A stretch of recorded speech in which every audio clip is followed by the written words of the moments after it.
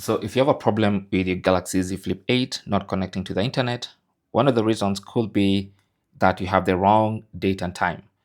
And so to check that, go to settings and then go to general management and then go to date and time and make sure automatic date and time is enabled so that your phone gets the correct date and the correct time to be able to connect to the internet. Now, of course, you can try other things like putting it in airplane mode on and then turning off airplane mode. You can try reconnecting to a specific Wi-Fi network or mobile settings. And then you can also try going back to settings, going back to general management, going to reset, and then you can reset your mobile network settings. And also you can reset Wi-Fi settings using these two options.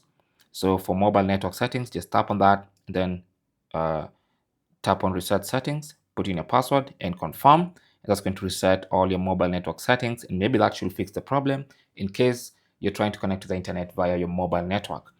If it's Wi-Fi, just go ahead and reset Wi-Fi settings as well. Simple as that.